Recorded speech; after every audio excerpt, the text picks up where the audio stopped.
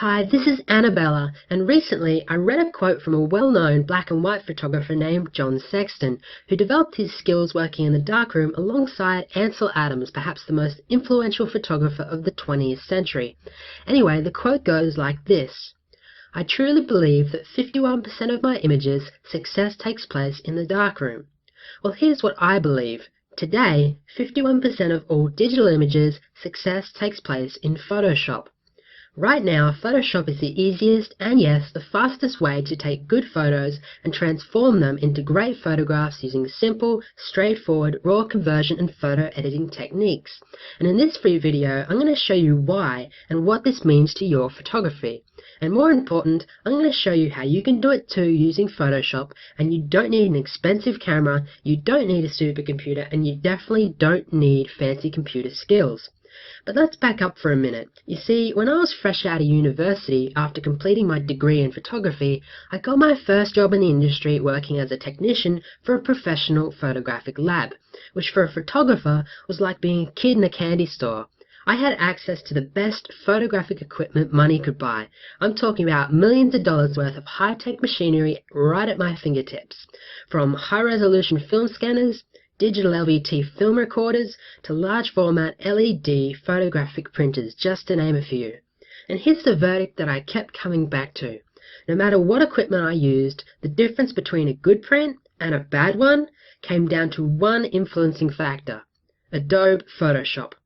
In image after image, Photoshop did two things really well. It helped me convert everyday images into high-quality commercial prints, and it helped me restore cherished memories for family photo albums.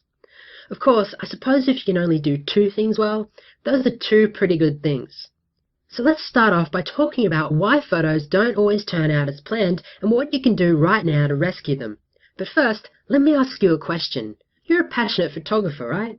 You want to travel the world with your favorite camera, taking great photos, capturing those magic moments of your children at play, and preserving your family's memories for future generations. And you've seen the latest photographs from big-name photographers in our industry over the last few months. So as a photographer, can you tell me the last big, and I mean big-name photographer that didn't use Photoshop? Exactly, and there's a reason for that. Photoshop is more than just a piece of software. It's a place where creativity and ideas are realized and rewarded. In essence, Photoshop is the digital equivalent of the traditional darkroom. I have fond memories of my first makeshift darkroom squeezed into my bathroom. Photography has come a long way since then, and although the tools and technologies have changed, the fundamentals of photography still remain the same, but with one exception.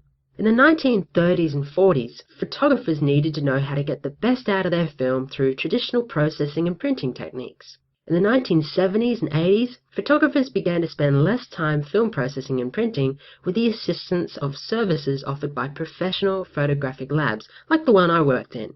And now, with so many digital devices at our fingertips, anyone is capable of capturing high-resolution imagery with relative ease, and the concept of creativity has somewhat been lost on the masses. The bottom line is, the act of creating a photograph doesn't stop with your digital camera. You still need to process your photos, even though we're not using chemicals or darkrooms. The other day, I actually had somebody tell me that they're a purist, and that they don't use image editors like Photoshop. Well, I asked them then, do you use grad filters, polarizers, or different ASAs of film? And you know what? They didn't really respond because they knew I had them. The fact is, your images shouldn't suffer. You should make them the best that they can be, because photography is a creative medium that empowers artistic expression. Here's a perfect example of the role creativity can play when things just don't go right on assignment.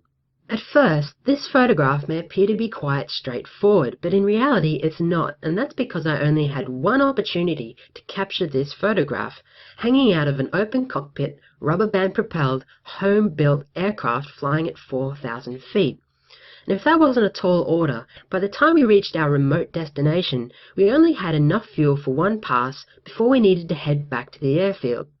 So after planning to photograph Mount Lindsay at sunset, the reality was we actually turned back half an hour prior in order to make it back before dark, ruining any chance of capturing the perfect sunset. So what I actually captured was this. And I admit, whilst the perspective from which it was photographed is impressive, the photograph is not, and unfortunately